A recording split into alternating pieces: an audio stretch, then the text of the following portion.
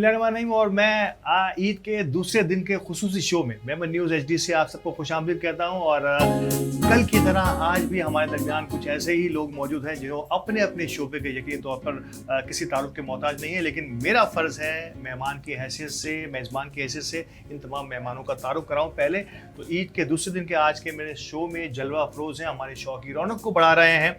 हमारे दरमियान मौजूद हैं वाइस प्रेसिडेंट हैं international women organization middle east के, CEO हैं सेविंग होम के, और चेयरमैन हैं एडवानी फाउंडेशन के जनाब इकबाल अडवाणी साहब। अस्सलाम वालेकुम इकबाल साहब। वालेकुम सलाम। बहुत बहुत शुक्रिया आज के इस प्रोग्राम में हमारे साथ रहने के लिए। और यकीनी तौर पर समाजी या कारोबारी हवाले से किसी तारुफ के मोहताज नहीं है, लेकिन जब भी हमें ज़रूरत पड़ती है कि हम ईद के किसी शो में कुछ ऐसी पर्सनैलिटीज़ को बुलाएं हमारे इस शो में, तो यकीनी तौर पर आपका नाम हमारे जहन में आता है और आप हमारे साथ मौजूद होते हैं। थैंक यू वेरी मच, बहुत शुक्रिया। हमारे दरमियान एक और नौजवान बासलाहियत और वेरी एनर्जेटिक बिजनेसमैन मौजूद हैं, लेकिन तौर पर समाजी हवाले से भी इनका तारुफ किसी हल्के में मौजूद नहीं है। नदीम ओज़ा साहब हैं कॉस्मोस रियल्टर और बिल्डर एंड डेवलपर। अस्सलाम नदीम भाई। बहुत बहुत शुक्रिया नदीम भाई। सबसे पहले तो कि आपने हमारी रमज़ान ट्रांसमिशन को इस दर्जे तक पहुंचाने के लिए हमारे साथ हेल्प की और एक एज एन स्पॉन्सर हमारे साथ जुड़े रहे। वी होप सो कि आइंदा भी आपका ताउन इसी तरीके से मेमन न्यूज़ और मेमन कम्युनिटी के साथ जारी रहे। इंशाल्लाह ज़रूर आपके साथ रहेंगे, आपका प्यार हमें इसी तरह मिलता रहेगा। क्या बात है, बहुत शुक्रिया। और यहाँ पे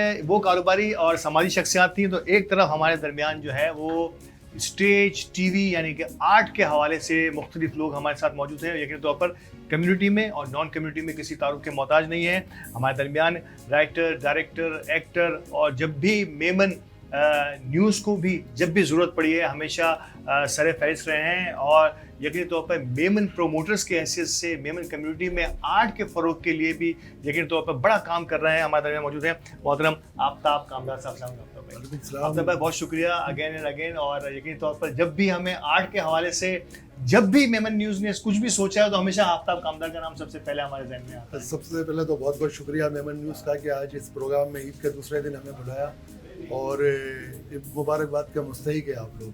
थैंक यू वेरी मच। और हमारे दरमियान एक यूनिक सा काम कर रहा है यकीनी तौर पर मेमन कम्युनिटी और गुजराती कम्युनिटी में आज तक किसी ने RJ की हैसियत से कोई शो नहीं आया। गुजराती का वो एसेंस है, एक इतना बड़ा गैप है हमारी कम्युनिटी के अंदर, हमारे चैनल्स के अंदर, हमारे सोशल मीडिया के अंदर, लेकिन इस गैप को फिल करने की पूरी कोशिश कर रहा है हमारा ये नौजवान साथी।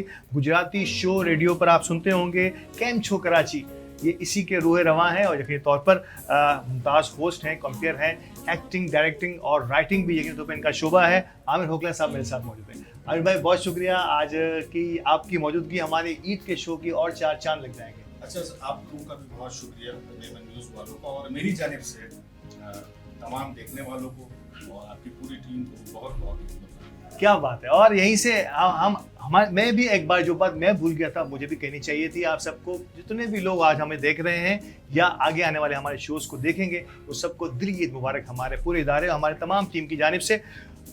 अब जो मैं शख्सियत का तारुफ कराने जा रहा हूँ, इनका तारुफ कराने से पहले मैं इनके मरहूम वालिद मोहतरम का तारुफ ज़रूर कराऊंगा। हम सब दिल से, हमारे दिलों से इतना करीब रहा ये आर्टिस्ट के। यकीनी तौर पर मैं ये सवाल ज़रूर इनसे पूछूंगा, जब इतने बड़े बाप का बच्चा होता है तो वो थोड़ा सा प्रेशर में आता है कि उसे प्रूव करना पड़ता है। यकीनी तौर पर सिकंदर सरम मरहूम का नाम कराची स्टेज जब तक भी चलता रहेगा, उनका नाम जिंदा रहेगा। इनके वेरी टैलेंटेड, बहुत ही होनहार बेटे हमारे साथ मौजूद हैं, शहबाज सरम। अस्सलाम वालेकुम शहबाज।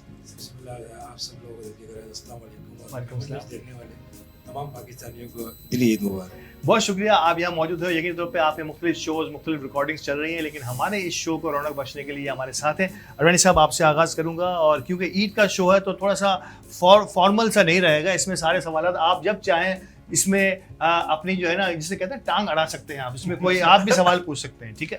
तो ये बड़ा फॉर्मल सा शो रहेगा, ये फॉर्मल नहीं रहेगा, कैजुअल सा रहेगा। हम बातें करेंगे ईद के हवाले से, किसकी ईद किस तरह से गुजरती है, क्या प्लान है ईद के बाद। बहुत सारे प्लान लोगों ने अपने अपने जहनों में सोचे होते हैं। टांग तो नहीं अड़ा सकते हम सबके, तो कहाँ पे टांग ये सियासी जुमला जो है ना हम यहाँ से हज़फ करेंगे, मेरी टीम खुद ही हज़फ कर देगी कि कांपे नहीं टांगती, टांगे कांपती हैं। इकबाल साहब मैं आपसे आगाज़ करना चाहूँगा। यकीनी तौर पर ईद का दिन है, और अभी कल के प्रोग्राम में हमारे जो है वो बच्चे बैठे थे, और उनसे जब हमने ईद के हवाले से बात की और कुछ हमारे सीनियर्स भी मौजूद थे, क्या फ़र्क हो गया है उस ईद में जो मैं या आप आज से को 10, 20, 25, 30, 40 साल पहले मनाया करते थे, और आज का बच्चा जो आज 2020 में या 2022 में अगर 8-10 साल का बच्चा जो ईद मना रहा है, आप समझते हैं कि बहुत सारी डायमेंशंस चेंज हो गई हैं? नो डाउट, इसमें तो दो राय नहीं है। अब तो पूरी लाइफ मोबाइल के अंदर आ गई है, और आज का बच्चा तो मोबाइल के अंदर है ना, उससे तो बाहर वो निकलता नहीं है।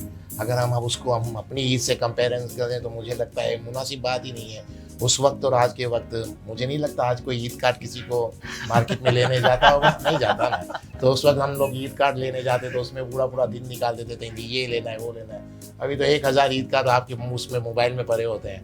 तो उस ईद का और इस ईद से हम कंपेयर नहीं कर सकते। आज का दौर इतना एडवांस हो गया है, अब तो मुझे तो पता भी नहीं, हमको तो पता भी नहीं चलता हमारा बच्चा किस तरह ईद मना रहा है, क्योंकि ऐसा वक्त आ गया है जो एक रियलिटी है, सच्चाई है कि बाप बराबर कमरे में बैठा हुआ है और बच्चा उठ के पूरी दुनिया से सलाम दुआ कर रहा है, और बाप के बाद में आता है वो। जी जी, ये भी सच्चाई है ना। तो बिल्कुल ऐसा ही इस है। तरह के दौर में तो ईद भी तो सोशल मीडिया ने बहुत कुछ चेंज कर दिया, आप ये कहते हैं। लेकिन अब मैं सिर्फ कंपैरिजन इस लेवल से कर रहा था, लेकिन तौर पर आज के बच्चे में जो अच्छाइयाँ हैं, शायद हो सकता है कि उस वक्त के लोगों बच्चों में नहीं थी, या इतनी कैपेबिलिटी नहीं थी, या इतनी एडवांसमेंट नहीं थी। लेकिन मैं एक कंपैरिजन सिर्फ ये करना चाह रहा था कि उस वक्त में और आज के वक्त में, जैसे आपने कहा ईद कार्ड का बड़ा खूबसूरत जिक्र किया आपने, डब्बे में डब्बा, इतने अशार ढूंढे जाते थे, सोचे जाते थे, लोगों को फ़ोन किया जाता था, यार कोई शेर तो बताओ मुझे, किसी को लिख के भेजना है। तो ये जो समझने की जुस्तजू, लोगों को तलाश करने की जुस्तजू, आप समझते हैं कि अभी सिंगल क्लिक में आने से ये तो जुस्तजू थोड़ी सी कम हो गई है? नहीं, ऐसा नहीं है। इसमें भी दो किस्म की, मतलब देखें, सोसाइटी भी डिवाइड हो चुकी है। जी जी, अभी आप 40, 45, 50 साल का आदमी है, उससे आप किसी भी चीज़ की बात करेंगे, मतलब मैं एक एग्जांपल दे देता हूँ। हाँ आपने कहा ना जो आए बोल देना। बिल्कुल, आज Okay. सबको, आज सब फ्री है मेरी तरफ से। कि भाई रियल एस्टेट से ताल्लुक रखते हो क्या। अब एक आदमी 40, 45, 50 साल का बंदा है, उसको एक फ्लैट चाहिए हाँ। किराए पे। वो बाइक होगी या गाड़ी होगी, निकलेगा रियल एस्टेट की शॉप ढूंढने। रियल एस्टेट वाले कहाँ हैं? जी जी, सलाम वालेकुम, वालेकुम सलाम, मुझे एक फ्लैट चाहिए। बोले हाँ बैठो, हमारे बॉस आ रहे हैं, ये वो आधा घंटा बैठा चाय पिए, सही है ना। इससे बात की, जब तक वो मुझे लगता है उससे बातचीत चालू करेगा, यानी 1-1.5 घंटा उसका निकल के आने में, तो आज का बच्चा आएगा नहीं रोड पे। मोबाइल में 10-15 फ्लैट तो उसने विजिट कर लिए होंगे। तो ये सोच भी बहुत चेंज हो गई है। अभी वो चीज़ वो आदमी भी कर सकता है, 50 साल का आदमी, लेकिन वो करेगा नहीं, वो उधर ही जाएगा। तो मकसद कहने का है कि ईद का भी इसी तरह हो गया है कि वो जिस तरह ईद मनाना चाह रहे हैं, हम शायद एडजस्ट भी नहीं हो पा रहे हैं। शायद हम जो है एक ज़माने में तमाम दोस्तों को इकट्ठा करने में इतना टाइम गुजर जाता है कि बंदूक हाथ तक पहुंचने में जितना टाइम लगता है, इतनी देर में वो ऑर्डर करके, खाना खा के बच्चा ऑनलाइन ऑर्डर करके फारिग हो चुका होता है, खा पी के फारिग हो चुका होता है। नदीम, यकीनी तौर पर एक सबसे बड़ा फर्क तो ये आया होगा, नो डाउट, कि जितने भी लोग यहाँ बैठे हैं, शहबाज और जो है नदीम, जो यंगेस्ट आज स्टूडियो में लोग मौजूद हैं ना, यकीनी तौर पर, ठीक है ना? यंगेस्ट क्या मतलब, हमारे को नहीं, क्या आप बोला बता नहीं, अब मुझे पता था कि ये पिछले प्रोग्राम में, मेरे कल के प्रोग्राम में भी हो चुका था, गलती से मैंने आफ्ताब आलम साहब को बुजुर्ग कह दिया था। तो इसके बाद मुझे जो सुननी पड़ी, तो यहाँ जो है ना, कहते हैं ना कि मर्द तो घोड़ा कभी बूढ़ा नहीं होता, तो ये बूढ़ा होते तो नहीं है, ये सुनना भी नहीं चाहते अपने आप को बूढ़ा। लेकिन बहरहाल मैं बता ये रहा था कि क्या एक तो सबसे बड़ा फर्क, उन्होंने कल आफ्ताब साहब की बात आ रही है तो मुझे याद भी आ गई कि एक सबसे बड़ा फर्क तो ये आया है कि पहले ईदी मिलती थी, अब ईदी देनी पड़ती है। तो एक तो बहुत बड़ा फर्क जो है ना, उस वक्त में उसमें ये तो मज़ाहिया नोट में मैंने बात की, लेकिन नो डाउट के हर इंसान की लाइफ में कुछ चेंजेस तो आती हैं नदीम भाई। तो आप समझते हैं कि इस किस्म की आज की जो जदीद और एडवांस ईद में, इसमें और बहुत सारे नुकसान के साथ फ़वाइद भी शामिल हो गए हैं इसमें हमारे साथ, और हम बहुत सारी चीज़ें उन लोगों को जहाँ तक हमारी रीच नहीं हुआ करती थी, हम वहाँ तक भी अब अपने पैगाम को हम पहुँचा सकते हैं। आप समझते हैं कि ये बड़ा एक फ़ायदा हो गया जदीद दौर का। देखिए, दौर हर वक्त बदलता रहता है। जी बिल्कुल। अगर हम आज से 40 साल पहले चले जाएं, वो एक दौर था। उससे पीछे अगर हम चले जाए तो फिर भी वो एक दौर था। बिल्कुल, क्या अगर आप वो बात देखेंगे तो फिर वो 40 साल बाद एक माहौल बदल गया था। तो लोग ग्रेजुअली लग्जरी की तरफ जा रहे हैं। आज का जो दौर है वो लग्जरी का दौर है, कंफर्ट का दौर है, बुलेट ट्रेंड्स का दौर है। लोग आगे बढ़ रहे हैं, तो ये सिलसिला बढ़ता चला जा रहा है। नई जनरेशन उसमें एडॉप्ट हो गई है और आगे चलती चली जा रही है। आजकल ट्विटर है, फेसबुक है, लोग बहुत इजी एक्सेस हो गई है। आप यहाँ बैठ के दुनिया के किसी कोने में इजीली पहुंच जाते हैं। ऐसा ही है। तो ये आज की दौर जदीद की ईद है जो सब बना रहे हैं, और सिलसिला चल रहा है, और कारवां रवाई इसी तरह चलता चला है। हाँ। हमारे बुजुर्गों का एक दौर गुजरा है। अब हमारा दौर गुजरेगा, फिर आने वाले लोगों का एक नया लेकिन दौर कुछ चीजें नदीम ऐसी है कि मैंने भी फील किया कि कुछ चीजें हमारी बॉन्डिंग ऐसी है वो खत्म नहीं हुई, यानी कि खुदा का शुक्र है। कल के प्रोग्राम में बच्चे थे, मैंने उनसे पूछा तो उन्होंने क्या खूबसूरत बात की, और यकीन तौर पर नाज़रीन ये हम सब के लिए, हम सब हमारी अक़दार के लिए, खासतौर पर मैं मशरक़ी अक़दार की बात कर रहा हूँ कि इतना अच्छा लगा कि वो बच्चा कहता है मैं नानी के जाके हाथ चूमता हूँ, मैं दादी के जाके हाथ चूमता हूँ, मैं बुजुर्ग जब मेरे माथे पे बोसा देते तो मुझे बहुत अच्छा लगता है। ये बच्चों के ख्याल आते हैं। आप समझते हैं कि ये हमारी ट्रेडिशन जो है, ये मशरक़ी ट्रेडिशन जो है, ये हमें बड़ा ये हमारी फैमिली वैल्यूज जो है ना, हमें हमारे बड़ों से मिली है, वो एडप्ट हुई है, वो आगे चलती चली जा रही है। अल्लाह का शुक्र है कि हमारे बड़ों ने हमें इस तरह ट्रेन किया इस जदीद माहौल में, जब आजकल नफ्सा नफसी का आलम है, जी बिल्कुल भाग दौड़ लगी हुई है, लेकिन उन वैल्यूज को हमने नहीं छोड़ा। और इंशाल्लाह हम भी कोशिश करेंगे कि जो हमें हमारे जो बुजुर्गों से जो तोहफे मिले हैं विरासत के, ये हम आगे अपनी औलाद में पहुंचाएं और उनको कहें कि इसके पाबंद रहना है। इसको अगर हमने छोड़ दिया तो सिस्टम सारा बिखर जाएगा। क्या बात है, ये मैंने हमें अपने अक़दार और अपनी वैल्यूज़ को, अपनी बेस को जो है ना, तो इसको तो हमेशा थामे रखना है। और ये वो रस्सी है जिसको थामे रहने से यकीनी तौर पर हम अपने बड़ों से भी जुड़े रहेंगे और उनके अफकार से भी जुड़े रहेंगे। आफ्ताब भाई, ईद का दिन है और एक ज़माना हुआ करता था, ये बड़ा कल के प्रोग्राम की मैं बार बार मिसाल इसलिए दे रहा हूँ कि बड़ा एक ज़माना था जब मैं ख्याल है हमारे मोहतरम भी मेहमानों में से भी और आप सब में से भी कि सिकंदर सरम साहब के ड्रामे और ईद के जितने भी हमारे बड़े बड़े गुजरे हैं अदाकार, रौनक होती थी हमारे ऑडिटोरियम्स में, थिएटर में। टिकटें नहीं मिल रही हमें ईद की और मारे फिर रहे हैं कादरी कोल्ड स्पॉट पे, हाथ जोड़ रहे हैं खुदा के लिए हमें ईद का दे दो, पहला दे दो, आखिरी शो दे दो, कुछ भी दे दो। मतलब मुझे वो दिन जब मैं सोचता हूँ, आज भी इस थिएटर की वो सिचुएशन में देख रहा हूँ कि शायद स्टेज ड्रामा तो कमोबेश थिएटर, वो थिएटर जो हम देखा करते थे या सुना करते थे जिसकी टिकटें नहीं मिलती थी, और मेमन कम्युनिटी का बहुत बड़ा किरदार था उस थिएटर को, ये बड़े बड़े लोगों ने कहा, स्टेज के परफॉर्मर्स ने कहा। आप समझते हैं कि थिएटर अब शायद उस रिवाइवल तक नहीं पहुंच पाएगा या शायद या बड़ी मेहनत करनी पड़ेगी? नहीं, मेहनत तो करनी पड़ेगी। और मैं इकबाल भाई की बात को सेकंड करते हुए ये कहूँगा कि अब जो है ना, पब्लिक ड्रामा देखने के लिए निकलती नहीं है। मोबाइल पे बैठ के उन्होंने यूट्यूब के ऊपर कोई भी ड्रामा देख लिया। अब आप मुझे बताओ कि इतनी महंगाई हो गई है, 2000 रुपए का टिकट है, 3000 रुपए का टिकट है। अगर आज अपनी फैमिली को लेकर के निकलते हैं तो अगर 2000 का टिकट है, 5 आदमी निकल रहे हैं, 10,000 रुपए तो आपको वो टिकट के चाहिए। जी, और जब आप अपनी फैमिली को लेकर के निकलते हैं तो लाजमी बात है, फैमिली जब साथ निकलेगी तो कहेगी कुछ खिलाओ भी। जिनके पास कन्वेंस नहीं है उन्हें कन्वेंस भी चाहिए। ड्रामा बढ़ सकता है, ड्रामा दोबारा जिंदा हो सकता है। इसके लिए हमारे आर्टिस्टों को जो है ना वो कोऑपरेट करना पड़ेगा। लेकिन वो कोऑपरेट भी कैसे करें, क्योंकि उनका घर इससे चलता है। सही बात। वो बेचारे कहां से करेंगे? अगर हम चाहते हैं कि यार 200 रुपए का टिकट रखो, तो आप ये बताओ 200 रुपए के टिकट के अंदर आफ्ताब भाई हो गए, रऊफ लाला हो गए और बहुत सारे हमारे आर्टिस्ट हो गए, इनकी तो रोजी रोटी ये है, तो वो कहां से पूरा करेंगे? तो इसके लिए तो हमारी गवर्नमेंट को चाहिए कि वो सब्सिडाइज करे बहुत सारी चीजों को कोऑपरेट करे। सिकंदर के दौर में या लियाकत भाई के दौर में, उमर भाई के दौर में, मैं बताऊं उस्मान भाई के दौर के अंदर 10 रुपए का टिकट होता था। हाँ, आदम जी के अंदर, अली भाई के अंदर 10-10 रुपए का टिकट होता था। लोग अपनी फैमिलियों को, और फैमिलियां यूं आती थी जैसे किसी के वलीमे में आई है, तैयार होके आते थे, परफ्यूम लगा के आते थे और ड्रामा बड़े शौक से देखते थे। लेकिन जो महंगाई का दौर है, आज घर चलाना मुश्किल है, तो लोग जो है कहां से ये जो अफोर्ड कर सकते हैं? एक सवाल मेरे दिल में आ रहा है, इसका शायद आप प्रॉपर जवाब दे सकें क्योंकि आपकी बड़ी गहरी नजर है स्टेज पर। एक फैक्टर तो इन्होंने ये बताया कि जिस तरह से रेसेशन और महंगाई बढ़ती चली गई, शायद लोगों की पहुंच से दूर चला गया वो स्टेज।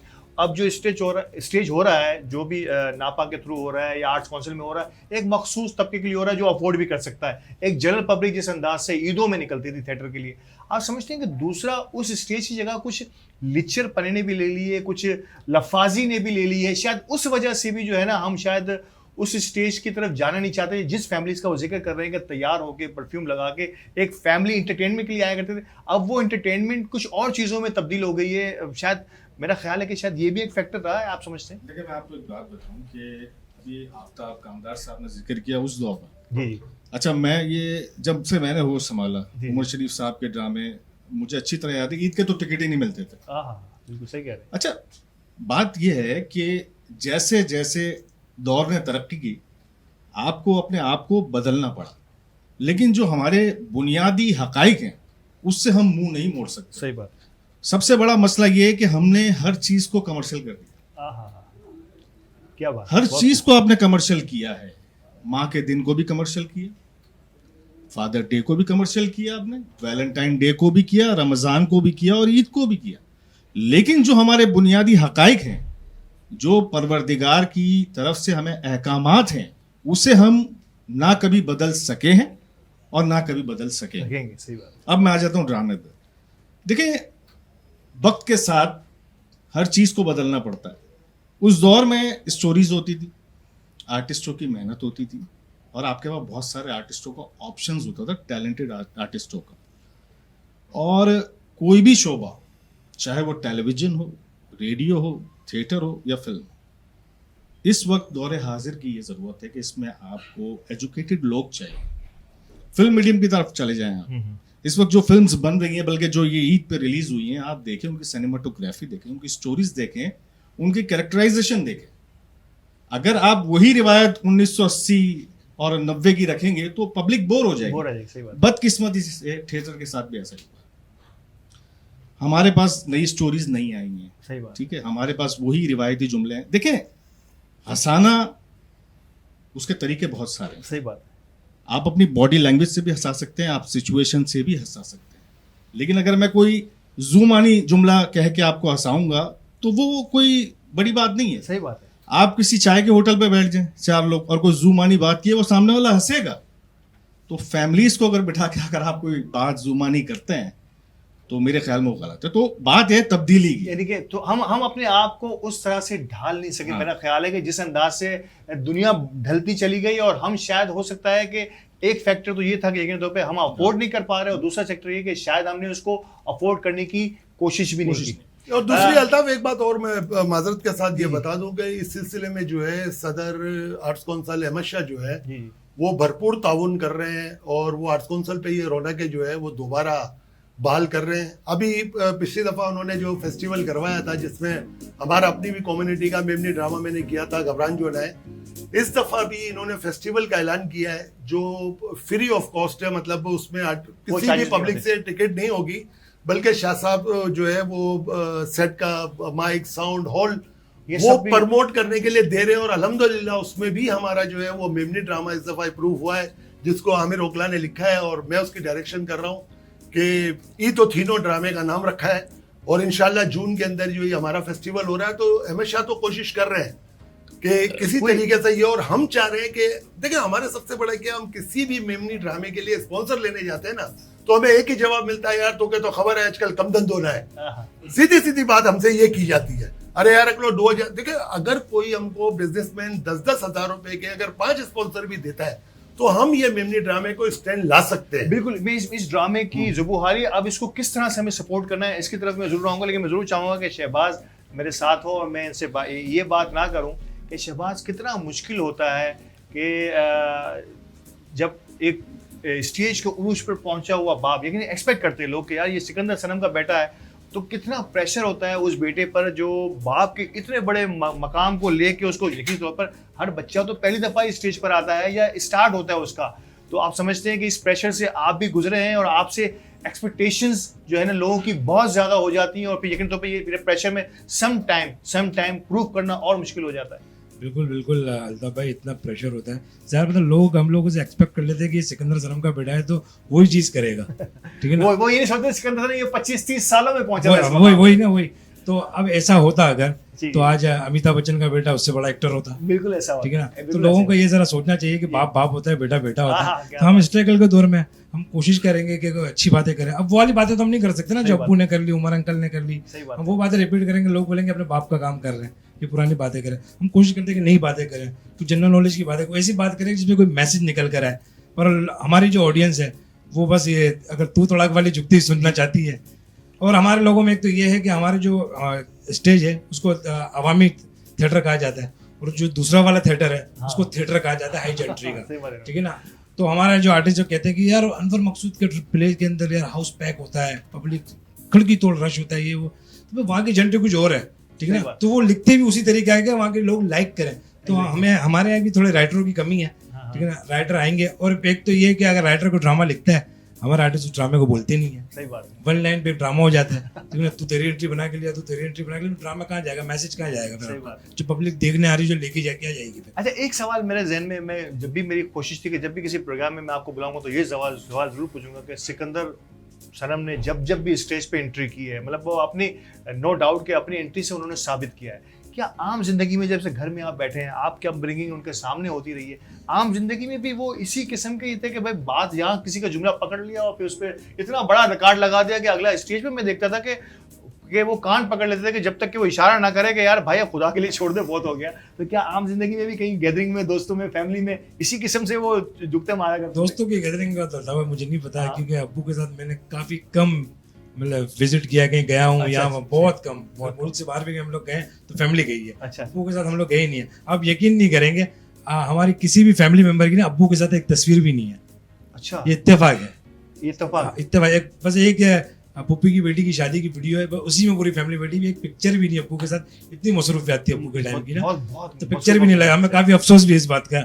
तो बहरहाल ये है कि घर में अब्बू जैसा आप बता रहे हैं कि इतना हंसमुख, ये वो किसी की बात को पकड़ लिया तो ऐसा कुछ नहीं था। मतलब घर में हाँ बिल्कुल बिल्कुल घर के माहौल को उन्होंने बड़ा बिल्कुल स्ट्रिक्ट था, और हमारे बच्चों को लेके बड़ा अल्लाह गुल्ला, बिल्कुल दोस्ती यारों जैसा माहौल था। हमें कभी भी मतलब सख्ती नहीं करी अब्बू वही ने। तो मेरा अगला सवाल ये था कि क्या वो सख्त बाप कहा जाएगा, नहीं नहीं बाप नहीं कहा नहीं, बिल्कुल जाएगा? फ्रेंड की तरह। जो कहा अब्बू को, भाई अब्बू ये करना है, मैंने यहाँ जाना है, मैंने वहाँ जाना है, हर चीज तरह से इजाजत थी, पर कंट्रोल में रह गए जो भी करना है। क्या बात मुझे तीसरे नंबर वाला मेरा भाई ना जुएब, हाँ, हाँ। तो अच्छा वो अब्बू की मतलब कॉपी अच्छी तरीके से कर लेता है। अच्छा, अभी भी कर लेता अब वो अब्बू के सामने अब्बू की कॉपी करता था। क्या बात तो अब्बू से कहते थे, मुझे लगता है दुनिया में मुझे कोई फ्लॉप करे ना करे, तू बड़ा होके जरूर है। करेगा। क्या बात है। इस खूबसूरत बात पर मुझे वक्फे के लिए कहा जा रहा है, लेकिन मैं वक्फे पे जाने से पहले ये बता दूं कि मैं अगले वक्फे के आने के बाद यहीं से बात शुरू करूंगा, और फिर इंशाल्लाह आते हुए वक्फे के दूसरे सेशन में तमाम लोगों से इनके प्रोफेशन के हवाले से बात हुई। पहले बात ये हुई है कि हम ड्रामे का, ये जिस शोबे से इनका ताल्लुक है, ये जुबू हाली का शिकार क्यों है, और हमारे मेहमानों से बात हुई कि ईद का क्या फ़र्क रहा है।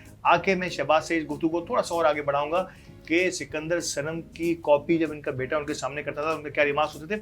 हमारे साथ रहिएगा, ईद का ये शो इसी तरीके से जारी रहेगा। वक्फे के बाद मिलते हैं।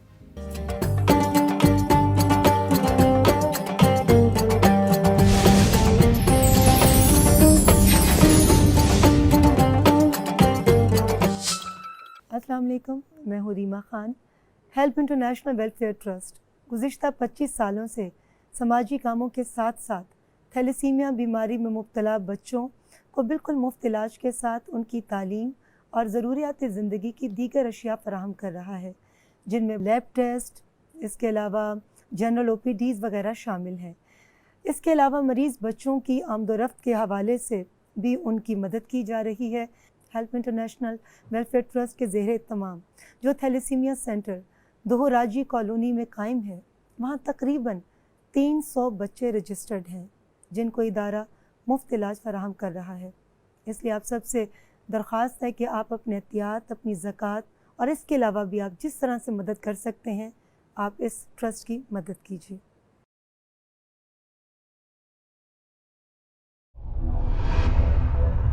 OK Estate and Builders proudly presents Vera Residency 1. 3 bedrooms, drawing dining, super luxury apartments. Easy access from city near Karachi Kent Station. For booking and details, UAN 1111165 OK. Karachi की सबसे बड़ी और डेवलप्ड सोसाइटी बहरिया टाउन कराची की शेरग जिना Avenue main entrance से बमुश्किल 1 minute के फासले पर एक modern financial centre Cosmos business tower, ground plus 15 floors पर मुश्तमिल एक stylish glass architecture. Cosmos business tower में इन्वेस्टमेंट या दीगर तफसीलात के लिए राब्ता करें। Cosmos realtor, builders and developers.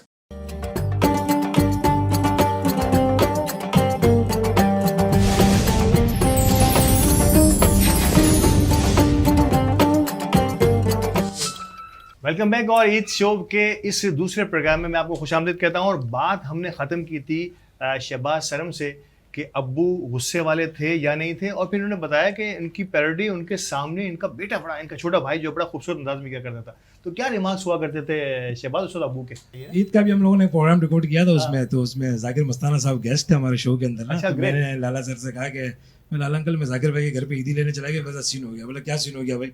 मैंने जाकिर भाई के घर गया, बोला जाकिर भाई हैं? घर वालों ने पूछा क्यों? मैंने कहा भाई मैं जाकिर भाई से ईदी लेने के लिए आया हूँ। तो घर वाले क्या बोल रहे हैं, बेटा वो तो खुद सुबह से दूसरों से मांगने निकले हुए। इस तरह की बातें होती रहती है। अच्छा, ये चलता रहता है। बिल्कुल बिल्कुल। नहीं, वो लड़कियां जो हफ्ते में एक दिन जो नहाती हैं, हफ्ते में नहाती वो नहीं तो है। नाम नाम ना लड़कियों के नाम बड़े अपनी शख्सियत के अपोजिट रख लेती है बात लड़कियां नाम ना। अच्छा, अच्छा। कुछ लड़कियां ऐसी हैं जो हफ्ता हफ्ता नहाती नहीं, अच्छा। नाम पूछो तो बोलती है महक। है हमारे पड़ोस में एक लड़की रहती है, सारा दिन रोती रहती है, सारा दिन रोती रहती है। उससे पूछा नाम क्या है, बोलती है मुस्कान। मुस्कान। बिल्कुल अजीब नाम रख लेते हैं, अपोजिट नाम रख लेते हैं, अपनी शख्सियत के बिल्कुल अपोजिट नाम बिल्कुल रख लेते हैं। अपोजिट रख लेते हैं। आमिर, मैं यकीन तौर पे यहाँ पे गुजराती शो की जरूर बात करना चाहूंगा कि ये आइडिया कैसे फ्लोट हुआ, और क्या इसमें ऐसा क्या गुजराती का आप गुजराती कम्युनिटी या गुजराती लैंग्वेज को सपोर्ट करने के लिए, या हम चाह रहे हैं कि इसको और लोग भी समझ सकें? देखिए बयानी साहब, गुजराती कम्युनिटी के लिए शो नहीं है। ठीक है। आप लोगों को सुन के ये हैरानगी होगी कि इसको नॉन गुजराती सुन रहे हैं ज्यादा। अच्छा, ग्रेट। यानी हमारे पास कोयटा से भी फोन आते हैं, कोयटा से फोन आता है। पंजाब से फोन आते हैं, यानी उनकी मादरी जबान पश्तो है, जी, जी। किसी की पंजाबी। वो कह रहे ये गुजराती सुन के हमें इतना मजा आ रहा है। तो आप बड़ी जब हम मीठी जबान है, क्या बात वक्फा होता है तो हमारे पास कॉल्स आती हैं, तो वो हमसे जिस टॉपिक पे हम बात कर रहे हैं वो हमसे फोन पे पूछते हैं कि आप बताएं आप किस टॉपिक पे बात कर रहे हैं। तो मैं कहता हूँ जी मैं इस टॉपिक पे बात कर रहा हूँ, वो अपना आंसर देते हैं, मैं उसे गुजराती में ट्रांसलेट करके फिर लिसनर्स को सुनाता हूँ। तो गुजराती जो आइडिया है ये FM 107 के जहन में था कि जी यार गुजराती कम्युनिटी के लिए भी कुछ होना चाहिए। बिल्कुल। अच्छा, हमारी बदकिस्मती ये है कि हमारे जो गुजराती कम्युनिटी के लोग हैं वो कहते जी गुजराती ज़बान को प्रमोट करें, उसके लिए वो तहरीकें बना रहे हैं, क्लासेस शुरू कर रहे हैं, और फिर होता ये है कि वो इतवार वाले दिन क्लास होती है और 11:15 बजे वो हलवा पूरी खा के तो सब घर आ जाते हैं। अच्छा, मैं बड़ी खुली बात करता हूँ जी जी बिल्कुल। और मैं तो उनसे भी कहता हूँ, तो आज तो वैसे भी हाँ। हमने सबको मैंने आदत छोड़ा मैंने कहा, हुआ। देखिए आप जी, जो खुली बात करना चाहें, हलवा आप पूरी इन्होंने टांगे कमा नहीं, दी। लेकिन इतनी खुली बात भी नहीं करनी कि हमारा चैनल बंद हो जाए। नहीं ऐसी बात नहीं है। प्रमोट ये live एक तरह जा से प्रमोट कर रहे हैं, और ये सिर्फ गुजरातियों का चैनल नहीं है, ये मेमनों का भी है, क्योंकि मेमन गुजराती यूं समझो खालाजाद है। हाँ, अगर देखा जाए तो ऐसा- ज्यादा ऐसा ही। फर्क नहीं है। अच्छा, वही- हमारे कल्चर गुजराती कल्चर में मेमन कल्चर में क्या फर्क है? कोई फर्क कोई नहीं। बड़ा अभी फर्क आपने भाई से पूछा कि पहले की ईदों में और अब की ईदों में क्या फर्क है। मैं बुनियादी फर्क आपको बताता हूँ। हाँ। पहले हम जब ईद के जूते लेने जाते थे तो वालदा कहती थी बेटा काले जूते लेना। काले मैं, अम्मी क्यों? बोले बेटा तेरे को स्कूल में भी काम आएंगे। और मैं बोले अब जो बच्चे हैं वो कहते हैं 3 जोड़ी लूंगा, बोले जॉगर लूंगा, किस पे पहनूंगा? जीन्स की पैंट पे क्या पहनूंगा? चलो भाई हो गया। फिर अगले दिन सैंडल तो रह गए, तो सैंडल कब पहनोगे बेटा? सलवार कमीज पे सैंडल पहनूंगा। क्या पहनूंगा मैं? फिर और ये मैं जो वाकया बता रहा हूँ अपने बेटे के बता। फिर वो कहता है पापा मुझे लोफर्स चाहिए, यानी कट शूज चाहिए। बेटा अभी तो 2 आपने लिए हैं, तो फिर मैं ड्रेस पैंट पे क्या पहनूंगा? तो हम लेते थे काले जूते जो स्कूल में काम आते थे, हम लेते थे काला बेल्ट जो ईद पे भी काम आता था और स्कूल में भी काम और स्कूल में भी काम आता था। लेकिन आपको मैं बताऊं, जब हमें ईदी मिलती थी ना, उस पर जब हम ईद की नमाज पढ़ के आते थे और हमारे बुजुर्ग रिश्तेदार जब हमें ईदी देते थे, तो वो जो उसकी खुशबू होती थी, अगर आप भी अपने बचपन में देखें, हम एक गुल्लक में या एक डब्बे में उन पैसों को जमा करते थे। जी जी। हमें खर्च करते हुए हमारा दिल नहीं करता था कि हम उसे खर्च करें, और मैं रोजाना अपनी ईदी की खुशबू सुनता था। उस वक्त 5 के नोट, 2 का नोट, 1 का नोट, बड़ा नोट 10 का होता था, 50 तक तो कोई जाता ही नहीं था। हाँ, वो तो अगर आ जाए तो हाँ। मतलब बच्चा, कुछ बच्चे उसकी तो पागल हो खुशबू जाते हम सूंघते थे, उसको खर्च नहीं करते थे, और हम अपने पेरेंट्स से प्लान लेते थे कि जो ये मेरे पैसे जमा हुए हैं इससे मैं क्या खरीदूं। तो वो कहते बेटा ऐसी चीज खरीदना जो साला साल तुम्हें फायदा भी दे और साथ भी दे।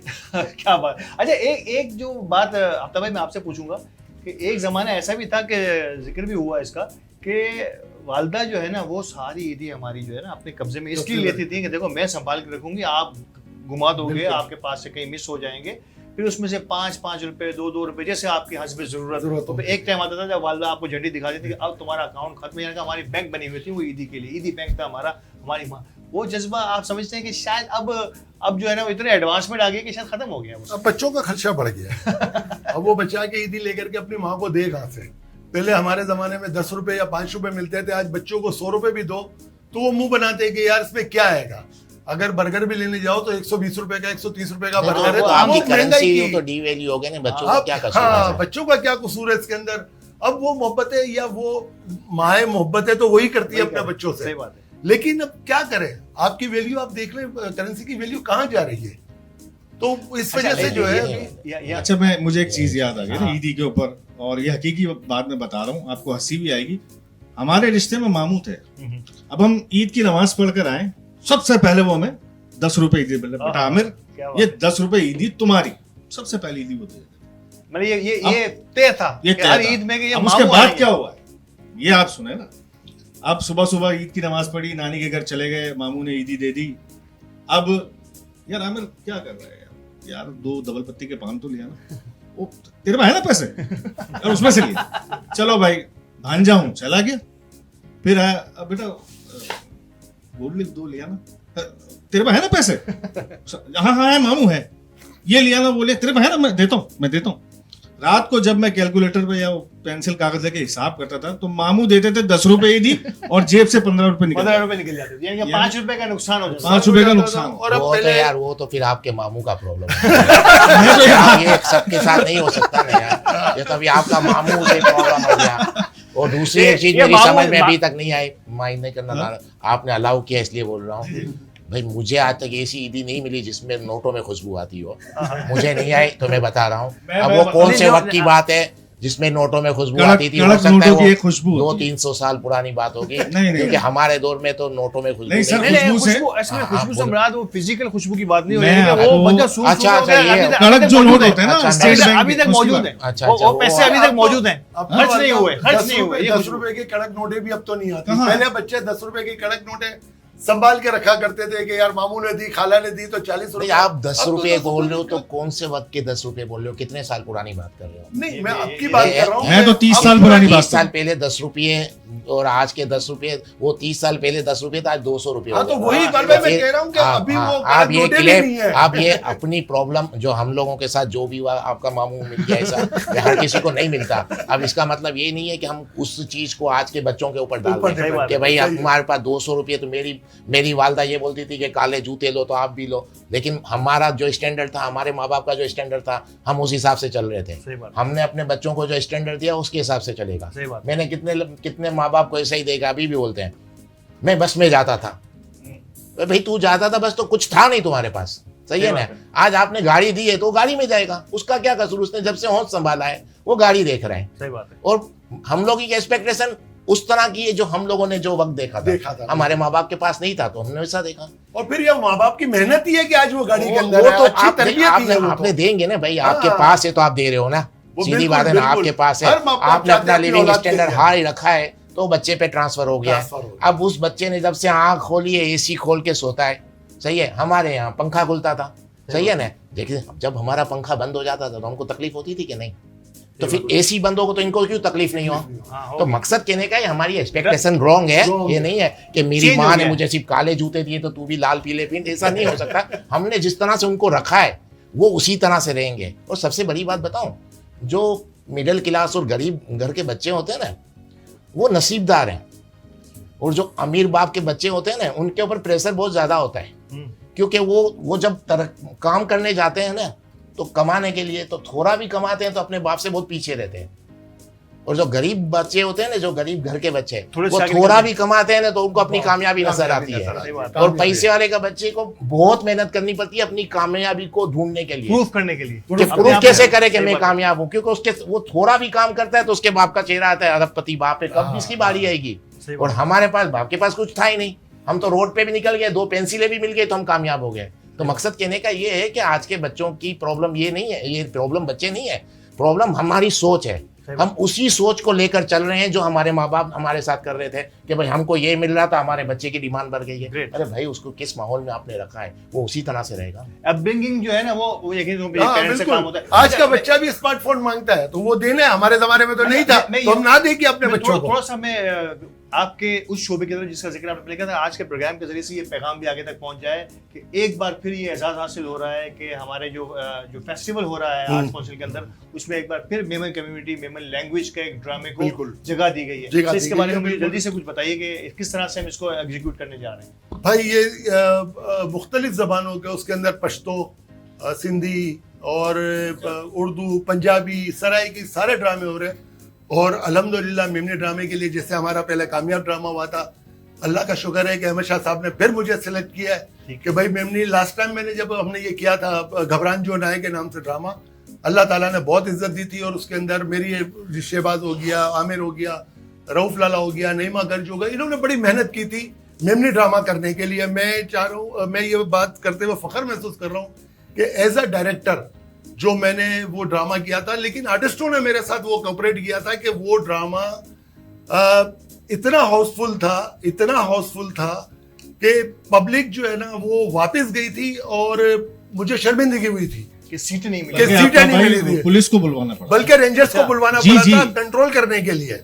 रेंजर्स आई थी हमारा वो मेमनी ड्रामा कंट्रोल करने के लिए कि भाई इतनी पब्लिक आ गई, तो पब्लिक ड्रामा देखना चाहती है, पब्लिक चाहती है। लेकिन हमारे जो कम्युनिटी के बहुत सारे लोग हैं जो मतलब अब अच्छा नहीं, वो सपोर्ट नहीं करते ना। वो अगर हम किसी के पास भी जाएं अपना ड्रामा लेकर के कि यार हम लैंग्वेज के लिए कर रहे हैं, तो फिर वही बात आती है, यार आजकल मेमनी समझता कौन है। अरे समझते हैं, जैसे इकबाल भाई ने कहा कि यार औलाद जो पहले करते थे माँ बाप, वो जो है अब हम जरूरी थोड़ी है भाई है, मेमनी देखने वाले भी है। आप यकीन करो इतनी फैमिलीज थी ये ड्रामा देखने के लिए कि शायद तुमने भी देखा होगा। और किस नाम से अब ये नया ड्रामा नया ड्रामा जो कर रहे हो हम लोग, ये आमिर का लिखा हुआ है, ये तो थी नो, ये तो ये तो होगा। पहले मैंने किया था घबरान जो है, इसकी डेट फिक्स हो गई है? नहीं अभी डेट फिक्स नहीं हुई है। अभी ये है कि बहुत सारे डायरेक्टरों के अंदर जो है वो नाम चल रहे थे, जिसमें अभी नाम सारे फाइनल हो गए हैं डायरेक्टर्स के। और अल्हम्दुलिल्लाह ये एजाज मिला है कि मेमनी ड्रामा फिर अपने हाथ में आया है। और मैं चाहूंगा कि इस ड्रामे को भी ऐसा करूं कि लोग शर्मिंदगी महसूस ना करें, अपनी फैमिली के साथ देखें। और अगर कम्युनिटी मुझे सपोर्ट करे तो मैं महीने के अंदर एक ड्रामा अपनी फैमिली के लिए बिगर वल्गर बिगर डांस के ये दिखा सकता हूं कि देखो डांस ही ड्रामा नहीं है, वल्गर जुमला ही ड्रामा नहीं है। अगर वल्गर देखना है आप वो बैठ के कपिल शर्मा शो देख लो, शॉर्ट कपड़े भी मिलेंगे और वल्गर बातें भी मिलेंगी। अच्छा, लेकिन हमें मैसेज देना है। मुख्तसर में चाहूंगा कि स्क्रिप्ट देखने तो आपके जहन में होगा कोई इसका एक प्लॉट अगर आप बताएं तो मैं पब्लिक को इंस्पायर कर सकूं कि आपने जरूर इस ड्रामे के लिए आना है, ताकि मैं मेहमानों की तरफ जा सकूं। मैं पूरी स्टोरी तो डिफाइन नहीं करूंगा, वन लाइन डिफाइन नहीं करूंगा, लेकिन मैं इतना कहूंगा कि एक मिडिल क्लास घराने की कहानी है। जी। इसमें एक हाजी साहब है, एक हजियानी है, एक उनका साला है, ठीक है, और उनके 2 बेटे हैं। ठीक है। अच्छा, दोनों बेटों के शौक जरा मुख्तलिफ है, समझ जैसे कि अमूमन होता है, जहाँ अच्छे होते हैं वहाँ बुरे भी होते हैं। तो एक पॉजिटिव है, एक नेगेटिव है, ये कहानी है। लेकिन एक मुस्बत मैसेज आपको, आपका कल्चर नजर आएगा, आपको बड़े की रिस्पेक्ट नजर आएगी, ठीक है, आपको जहां आपने कोई गलती की है तो उसकी तलाफी नजर आएगी। अखलाकियात का पहलू इसमें और इसके अंदर हम ले भी सीनियर आर्टिस्ट रहे हैं। इसके अंदर आफ्ताब आलम भाई जो है वो हमारे साथ है, जो मैसेज देने के लिए और अच्छे, जो किसी का नाम के मोहताज नहीं है। रऊफ लाला है, नईमा आपा है। और हम तो ये कोशिश कर रहे हैं कि आप यकीन करो जितनी भी हमारी कम्युनिटी के अंदर जितनी भी लेडीज है, हम अपनी लेडीज को स्टेज पे काम करने की इजाजत देते ही नहीं है, ठीक है। लेकिन इसके अंदर जितनी भी लड़कियां काम कर रही है, आप उससे मेमनी सुन लो, आपको लगेगा कि ये मेमन है। हम इतनी मेहनत करते हैं उनके पीछे कि नईमा गर्ज जो है वो इस तरीके से मेमनी बोलती है, सपना है, महक है, सलोमी है, ये इस तरीके से मेमनी बोलते हैं कि हमें हमारी अपनी फैमिली ऐसी मेमनी नहीं बोलती। वो स्क्रिप्ट पे मेहनत करती हैं, वो स्क्रिप्ट को, और वो हमारे साथ होती है कि देखो वो भी मेमनी ड्रामे को अच्छा समझती है कि यार मेमनी है, हाँ फैमिली आएगी। तो ये अल्लाह ताला ने मेमनों को ये एजाज दिया है।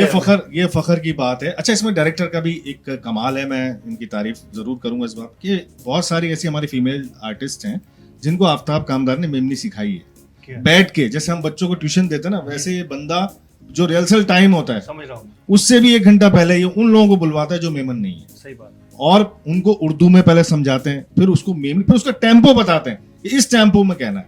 तो ये बहुत बड़ी बात है कि जो नॉन मेमन फीमेल्स हैं उनको थिएटर पे इस तरह बुलवाना इस तरह एक्ट करवाना कि ये बहुत वाकई बड़ा कमाल है, ये आपको कमाल लगे कि है। ये बहुत सारी फीमेल्स को मेरे को रोमन में लिख के देना पड़ता है कि वो लिखी हुई मेमनी समझ नहीं सकती, तो उनको रोमन में लिख के देखना पड़ता है, लिख के देना पड़ता है कि भाई ये इस तरीके से बोलना है ऐसे। लेकिन जब शो होता है ना तो लोग मेरे से आके पूछते समझ नहीं हैं, सकते। नहीं लोग किसी पूछते हैं किसी मुझसे क्या कि यार ये मेमन है।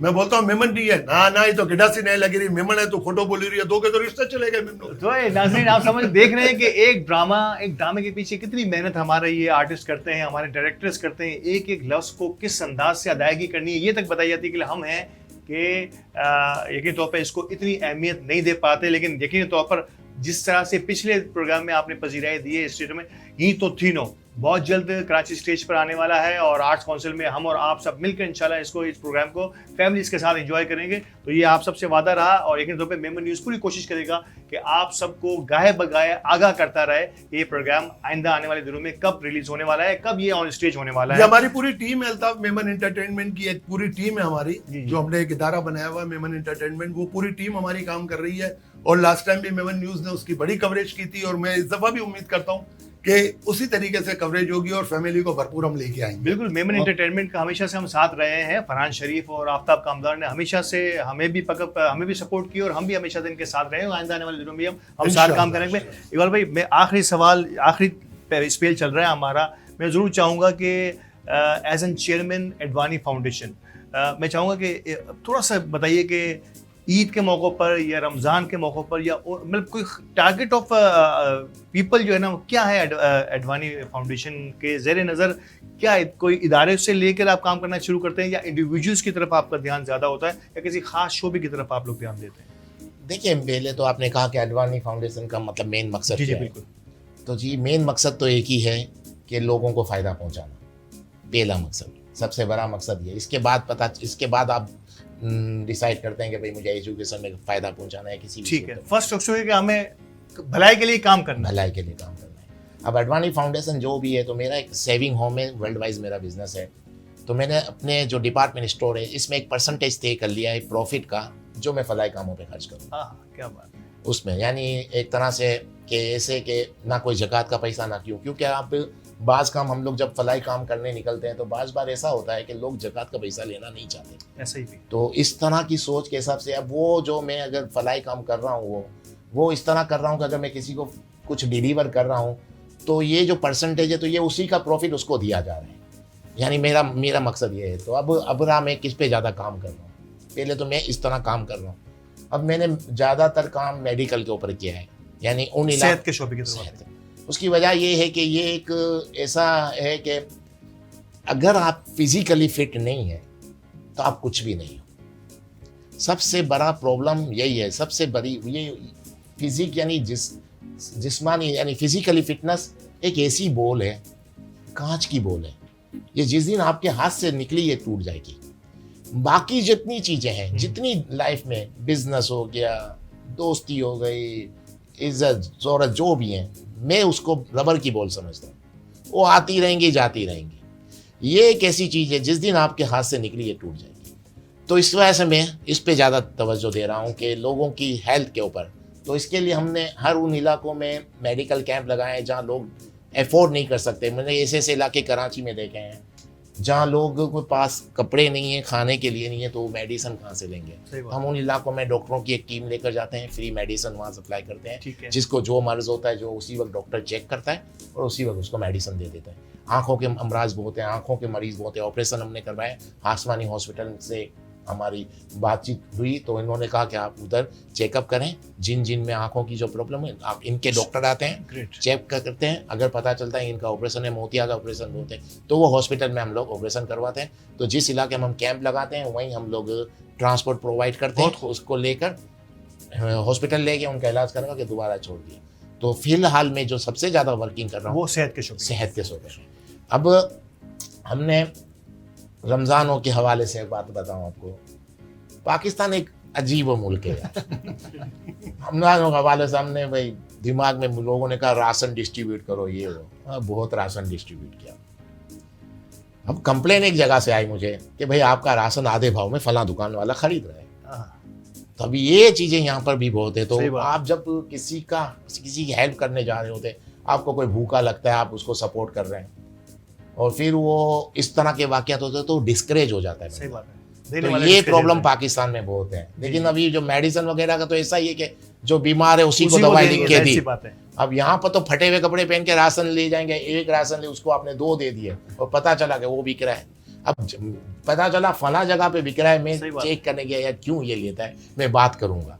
अब मैं जैसे बात करने जाए देखा सामने एक मौलवी टाइप का बंदा था, मैंने कहा ये लेता है, बोला हाँ। मैंने कहा पूछता हूँ इससे। अब मेरा पाँव बढ़ रहा, अभी जा ही रहा तो अजान हो गई। अजान हुई तो वो शटर नीचे करके नमाज पढ़ने भी चला गया। मैंने कहा यार मैं इससे क्या बात करूं यार, ये तो मुझसे तो ज़्यादा नेक लग रहा है मुझे यार। कम से कम नमाज पढ़ने चला जाता। तो अभी यहाँ के जो प्रॉब्लम्स हैं, यहाँ रोज़े भी रखते हैं लोग, नमाज भी पढ़ते हैं, लेकिन जो इस्लामी तालीमात है ना उस पर अमल नहीं है। अकदार जो है ना वो हमारी, यानी कि जो वैल्यूज जो है ना उसका हमने थोड़ा सा जो है ना पास नहीं रखा है। और नहीं, शायद वो डबल स्टैंडर्ड है भाई। मैं आपको बताऊं, मेरे पास एक बंदा आया, मुझे बोला यार लड़की के रिश्ते के हवाले से। सही बात। मैंने कहा सही है, बोला दीनदार हो, नमाज हो, सब कुछ हो। मैंने कहा ओके। तो हमने एक दोस्त को जरिए उसको भेजा, तो नमाजी लड़की है वो, हाँ सही है, लेकिन यार सलवार कुर्ता पे सलवार कमीज पहनती है। मैंने क्या हो इसमें, दीनदार चाहिए ये वो, नहीं जीन्स पहननी चाहिए। तो मकसद इतना डबल स्टैंडर्ड हर फील्ड में हमारे, कि हम लोग एक ऐसी चीज डिमांड करते हैं और बाद में दूसरी चीज वो डिमांड करते हैं, दोनों डिफरेंस Clash हो होते हैं। जाती हैं आपस में। बिल्कुल, यानी तजाद है, ये हर फील्ड में आपको नजर आएगा। ये कहीं तो मैं नाज़रीन जिसका जिक्र इकबाल अकबानी साहब कर रहे हैं, ये है हमारे माशरे में, ये गाय बगाए किस किस्म की चीज़ें हमें नज़र आती हैं। अब कलेक्टिवली इसको किस तरह से हम हल कर सकते हैं, किसी और प्रोग्राम में यकीनी तौर पर ईद के बाद हम कोई ऐसी सीरीज ऑफ प्रोग्राम शुरू कर रहे हैं जिसमें कलेक्टिवली कम्युनिटी लेवल पर भी और नॉन कम्युनिटी लेवल पर किस तरह से इस पर हम काबू पा सकते हैं, इसको जरूर देखना होगा। यंग एनर्जेटिक नदीम ओझा है, मैं तो ज़रूर इनसे कुछ टिप्स लेना चाहूँगा कि इतनी कम उम्री में एक इतना बड़ा नाम कॉस्मोस रियल्टर यकीन तौर पर बिल्डर्स एंड डेवलपर्स की दुनिया का एक मोतबर तरीन नाम है, और ख़ास तौर पर अगर मैं बैरियर टाउन की बात करूँ तो वहाँ भी एक बहुत बड़े प्रोजेक्ट की हैसियत से एक नए एवेन्यूज़ तलाश कर रहे हैं वहाँ पर। थोड़ा सा मैं ज़रूर चाहूँगा कि हमारे नाजरीन के लिए नदीम ज़रूर बताइए कि क्या क्या कॉस्मोस रियल्टर जो है ना अपने नए प्रोजेक्ट्स के लिए काम कर रहा है और कहाँ और किस अंदाज से आगे बढ़ रहे हैं आप। Cosmos shelter builders and developers basically बेरिया टाउन से बराह रास्त डील्स लेता है। अच्छा, ठीक है, इसमें प्लॉट्स भी हैं, कमर्शियल प्लॉट्स भी हैं, रेजिडेंशियल्स भी हैं, अपार्टमेंट्स भी आते हैं। इसके अलावा बिल्डर्स एंड डेवलपर्स का मकसद भी ये है कि फिर हम अपनी भी जो कंस्ट्रक्शन फील्ड है उसको भी आगे हमने अल्हम्दुलिल्लाह बढ़ाया है। उसमें हम ऑफिस टावर्स बना रहे हैं ग्राउंड+15 के, अच्छा ग्रेट, कॉस्मोस बिजनेस टावर के नाम से। एक हमने नया लॉन्च किया है कॉस्मोस टेरिस टावर के नाम से। बेरिया के अंदर काफ़ी चीज़ें बन रही हैं, यूनिक चीज़ें बन रही है, तो उसमें एक और नई जिद्दत का इजाफा किया है कि टेरिस वाली जो अपार्टमेंट्स हैं वो अभी तक किसी ने लॉन्च नहीं किया। टेरिस का थोड़ा सा मैं चाहूँगा जरूर ब्रीफ कीजिए कि क्या फ़र्क है आम अपार्टमेंट और टेरिस अपार्टमेंट। टेरिस अपार्टमेंट से मुराद ये कि आप 400 फीट रोड पे बैठे हैं, आपके पास एक बहुत बड़ी ह्यूज गैलरी है, इसमें आप आराम से बैठते हैं और चाय पीते हैं और बाहर का नजारा जस्ट लाइक अ लॉन टाइप जिसे हम नॉर्मली कहते हैं। इस तरह का एक नया कॉन्सेप्ट लाए। इसके अलावा हमने एक ट्रायंगल टाइप की एक बिल्डिंग बनाई है ग्लास टावर की, वो ग्राउंड+8 की बिल्डिंग है, ऑफिस टावर है। तो एक यूनिक इंफ्रास्ट्रक्चर है उसका, एक आर्किटेक्ट हमने बनवाया है उसका, तो वो भी बिल्डिंग माशाल्लाह तैयार हो गई। एक चीज़ मैं आखिरी प्रोग्राम को रैप अप करने से पहले जरूर पूछूंगा, कितनी सेफ है बैरियर टाउन में इन्वेस्टमेंट? एक ज़माना था नो डाउट कि अब तो एक दुनिया वहाँ पर नई दुनिया आबाद हो गई। अगर जो भी गए हैं, अगर अब तक बैरियर टाउन नहीं देखा तो एक बार अपनी ज़िंदगी में ज़रूर देख लीजिए, क्योंकि वो एक नई दुनिया है नो डाउट। लेकिन मैं चाहूँगा कि कितनी सेफ है इन्वेस्टमेंट पॉइंट ऑफ व्यू से? अगर मैं आसान अल्फाज में करूँ तो उतना ही सेफ है जितना पाकिस्तान सेफ है। अच्छा ग्रेट। जब तक पाकिस्तान है तो बैरियर टाउन है। एक इंफ्रास्ट्रक्चर है जो कि फ्लोर पे डिलीवर हो गया है, ठीक है।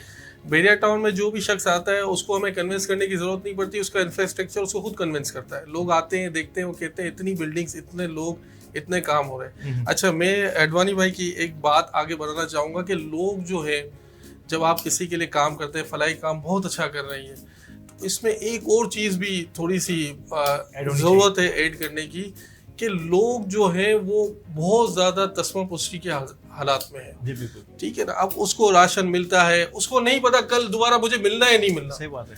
इसमें है ना, अल्लाह पाक ने जिनको दिया है, जिसको इस्तिताअत दी है, कोशिश करनी है कि भाई दिल से। हमें आपको एक मलिक साहब का किस्सा सुनाऊंगा कि हमारे जो मलिक रियाज साहब का एक किस्सा है, उनके पास एक शख्स आता है, मैं उनसे इंस्पायर हूँ, उनकी बात बड़ी वजनदार थी।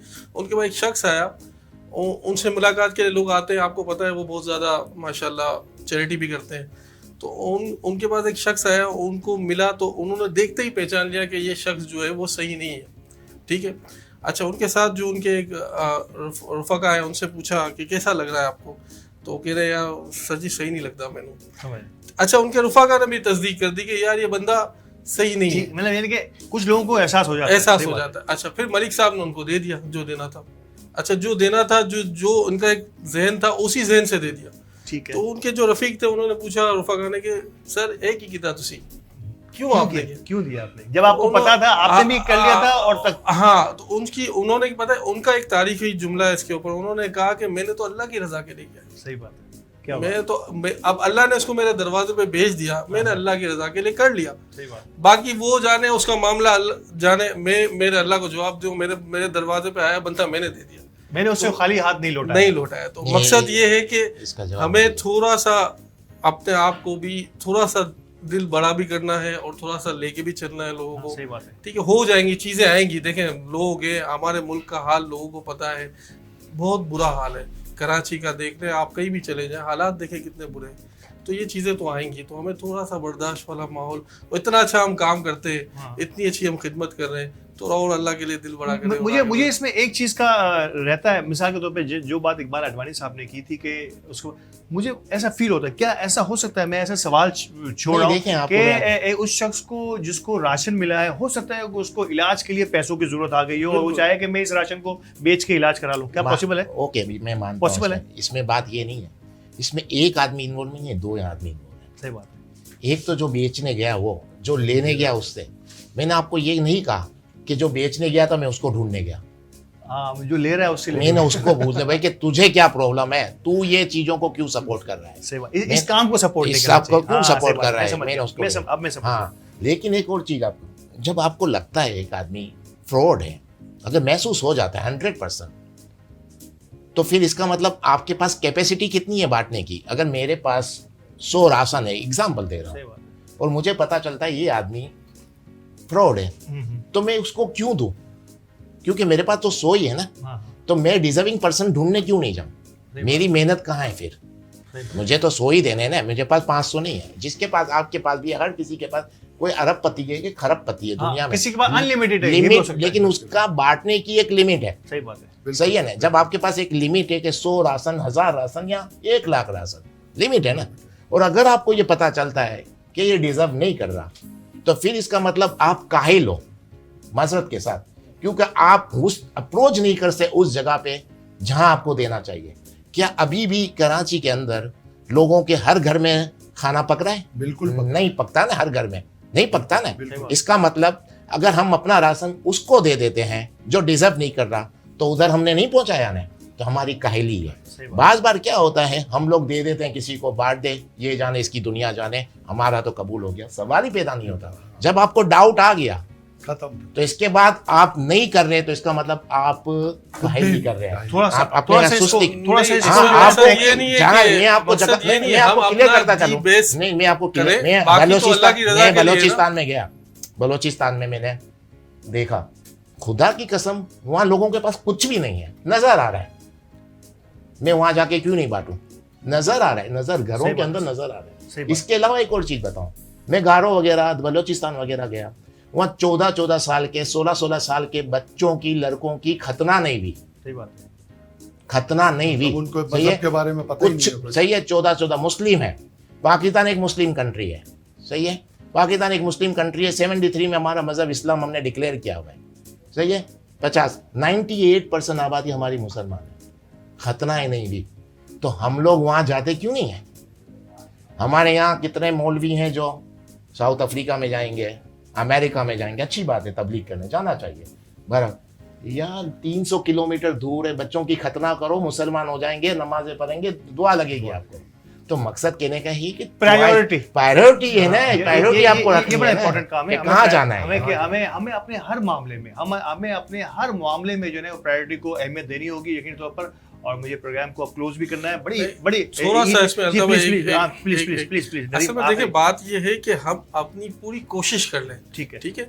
और मकसद मेरा इस बात को करने का ये था कि हम अपने आप को हर्ट ना करें, क्योंकि हमने अपना दी बेस्ट दिया है, ठीक है, कोशिश की है, कोशिश पूरी की है। देखिए लोग एक कदम आगे बढ़ के नहीं करते हैं, तो मैंने इसलिए कहा कि आप उसमें रिग्रेट ना करें, दिल बर्दाश्त ना मकसद ये था, मतलब इस बात को कोट करने का। मतलब ये थोड़ा सा मतलब ये नहीं था कि किसी की दिल आजारी करना, मकसद मोटिवेशन था, एग्जैक्टली कोई काम करने के बाद डीमोटिवेट ना हो कि आप से कहीं गलती तो नहीं हो रही, आपने अपने तौर पे पूरी 100% देने की कोशिश की है। 100% तो अल्लाह के ताला की जात है, तो यकीन तौर पे हम कोशिश करते रहें और इम्प्रूव करते रहें, तहकीक भी करते रहें।